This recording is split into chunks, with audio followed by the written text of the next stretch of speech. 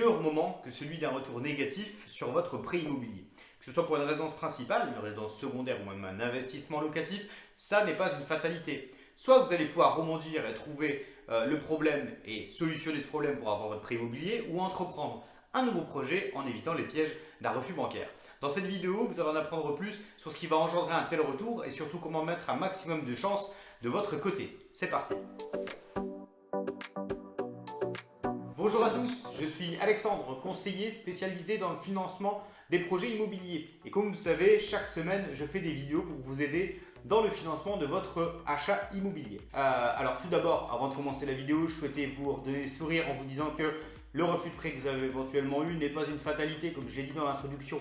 Toutes les banques aujourd'hui financent de manière différente et elles ont également des profils plus ou moins adaptés en fonction de leur ciblage. Il y a des banques qui vont peut-être chercher des profils qu'on appelle premium dans le sens où ils vont demander un minimum d'épargne de côté, un minimum d'apport dans le projet, un minimum de revenus également, et que toutes les banques n'ont pas ce genre d'exigence. Sur ce point, si vous voulez être aiguillé, vous pouvez aller voir ce qu'on appelle un courtier en prêt immobilier. C'est simplement un intermédiaire de banque qui va donc travailler avec différents organismes de financement et qui va normalement pouvoir vous aider dans le tri des différentes banques pour vous envoyer vers une banque sur laquelle le ciblage est plus adapté à votre projet immobilier. Donc là-dessus, n'hésitez pas, ça peut aussi vous permettre de vous enlever ce souci de refus bancaire et d'ouvrir un panel de banques beaucoup plus large. La période de l'année peut également influencer la suite qui sera donnée à votre projet immobilier. Étrange, n'est-ce pas? Et pourtant, en fin d'année, il y a forte chance que le chiffre d'affaires en matière de prêt immobilier soit atteint par les banques. Ce qui veut dire que si votre dossier est un petit peu borderline, il peut être préférable de patienter le début de l'année pour le présenter. D'autres facteurs tels qu'un prêt immobilier incluant ce qu'on appelle un prêt à taux zéro peuvent devenir compliqués en fin d'année. Sachez que des banques demandent pour le prêt à taux zéro une durée maximum pour présenter un dossier. Ça veut dire que si votre dossier, vous arrivez au mois de décembre et qu'il y a un prêt à taux zéro dedans, il y a de fortes chances que la banque vous dira bah non, c'est trop juste, on a finalisé nos dossiers de prêt à taux zéro, il faudra revenir l'année prochaine. Donc attention à ça, ne prenez pas trop de temps si votre dossier comporte ce qu'on appelle un PTZ. Si vous voulez en savoir plus justement sur ce fameux prêt à taux zéro, n'hésitez pas à me le mettre dans les commentaires et je serai ravi de vous préparer une vidéo là-dessus. Allez, passons aux différentes raisons qui peuvent engendrer un refus de prêt. On va commencer par l'endettement, 33% d'endettement, 35% d'endettement, vous voyez un petit peu comment ça fonctionne. Cet endettement-là, il va être calculé par rapport à une base de revenus. Il est possible que si vous ayez un refus de prêt par rapport au taux d'endettement trop élevé, ce taux d'endettement ait été généré par un mauvais calcul de vos revenus. Les revenus peuvent changer en fonction de votre situation professionnelle. Si vous êtes en CDI, etc., les différentes variables peuvent ou non être pris dans vos revenus. Si vous êtes auto-entrepreneur, c'est pareil, il y a un abattement qui est mis en compte. Si vous êtes en CDD ou en intérim, le calcul des revenus n'est pas forcément le même aussi. Attention à ça au niveau du calcul des revenus, que ce soit bien repris pour que l'endettement soit correct. Attention aussi que vos crédits ont bien été initialement repris dans votre ce qu'on appelle carcasse. Lorsqu'on envoie un prêt immobilier, on fait une carcasse et il faut bien indiquer les crédits que vous avez en cours. Donc si le crédit n'a pas été repris initialement, ça va forcément fausser votre endettement et il est possible que ça soit aussi dû à ça, ce refus de prêt. Autre facteur important, celui-ci il est plutôt méconnu, c'est ce qu'on appelle le reste à vivre. Le reste à vivre, c'est l'argent qui doit vous rester une fois que tous vos crédits et toutes vos charges ont été enlevées de vos revenus.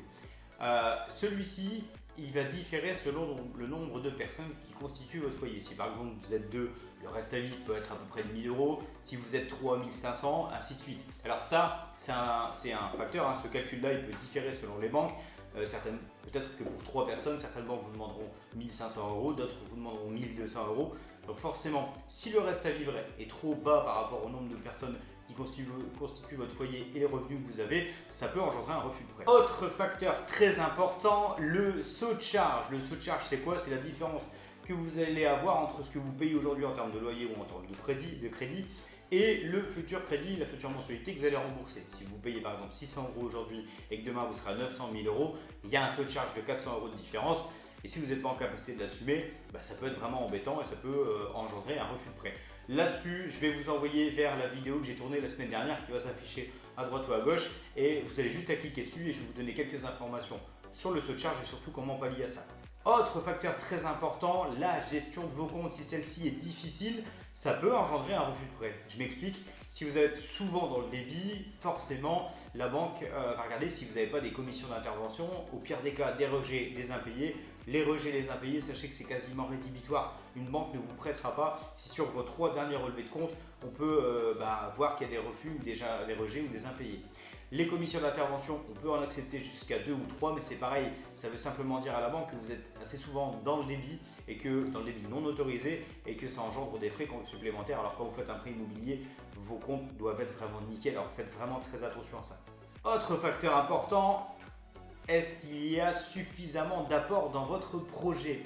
Pourquoi vous allez me dire ça? Il y a des banques qui aujourd'hui acceptent de financer des projets avec apport ou sans apport. Ça va surtout dépendre de l'organisme qui va garantir ou cautionner votre prêt aux yeux de la banque.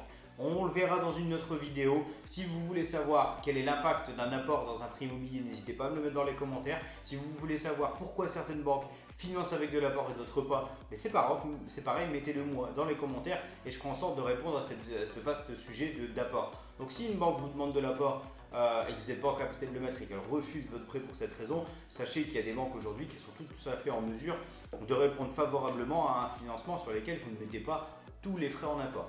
Une autre raison qui peut aussi engendrer un refus de prêt, c'est une épargne après projet trop faible. Par exemple pour la construction. La construction, c'est un projet sur lequel vous n'êtes pas forcément obligé de mettre de l'apport parce que dans l'immédiat, votre maison va être construite, il va se passer plein de choses. Ce qui va être plus important, c'est l'épargne qui va vous rester après votre projet. C'est-à-dire que si vous avez très peu d'épargne, il y a fort à parier que derrière vous allez faire des crédits consommation. Parce que quand vous réceptionnez votre maison en construction, c'est un chantier. Donc faites attention à ça, d'avoir toujours une épargne, je dirais bien entre 10 et 15 000 euros pour vous donner un ordre d'idée d'après projet, parce que la banque, avec l'expérience, a compris que pour des personnes qui étaient sur un endettement limite, sur lesquels il y avait peu d'épargne, ils se retrouvaient à faire des crédits consommation parce qu'ils n'étaient pas du tout en capacité de pouvoir assumer la pose des clôtures, le terrassement, le jardin, enfin toutes ces choses-là qu'on finance après et qu'on ne peut pas inclure dans un prêt immobilier. Donc dans la construction, attention à l'épargne après projet. Dans l'ancien également, on peut avoir ce souci d'épargne trop limite ou pas d'épargne du tout après projet. Quand vous faites de gros travaux dans l'ancien, il est possible, déjà on peut les inclure dans votre prêt immobilier, c'est pas un souci, on peut mettre des travaux dans votre prêt immobilier, seulement s'il vous reste très peu d'épargne, voire pas du tout après le projet, il est possible que la banque dise attendez, parce que s'il y a des travaux supplémentaires à faire par la suite, vous n'aurez même pas une poire pour la soif et vous serez obligé de faire refaire un autre crédit à côté. Alors si vous êtes déjà à 33 d'endettement, s'il vous reste peu d'épargne après projet, ça peut être compliqué. Donc voilà pourquoi l'épargne aussi après projet pour un achat d'ancien peut être compliqué. Et pour les investisseurs, ou si vous avez juste un locatif ou vous souhaitez mettre votre maison à locatif aujourd'hui, sachez qu'une banque vous demandera en termes d'épargne une équivalence entre 6 mois à 1 an de loyer. Donc si vous n'avez pas cette épargne-là après le projet d'achat immobilier que vous souhaitez faire, ça peut être aussi un refus de prêt. On peut aussi avoir une raison de refus de prêt pour ça.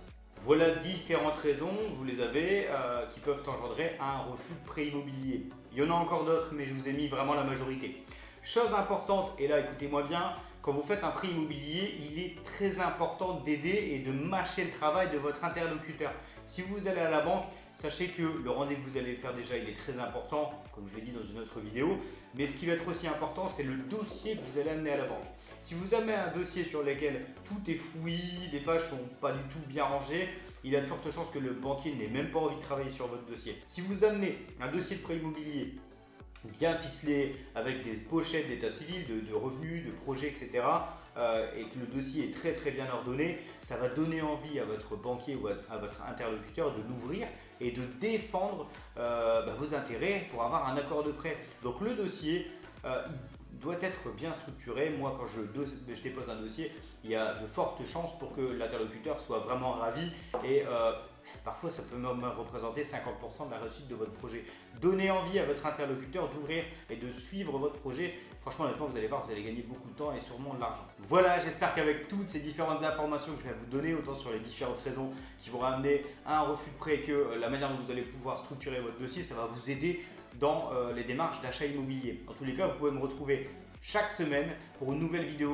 On va discuter de plein de choses, il y en a déjà eu d'autres et je vous invite à vous abonner, à cliquer sur la petite cloche pour recevoir les notifications des nouvelles vidéos et mettre un petit j'aime bien entendu si la vidéo encore une fois vous a plu. On se retrouve en tout cas dès la semaine prochaine. Je vous souhaite à tous une excellente semaine.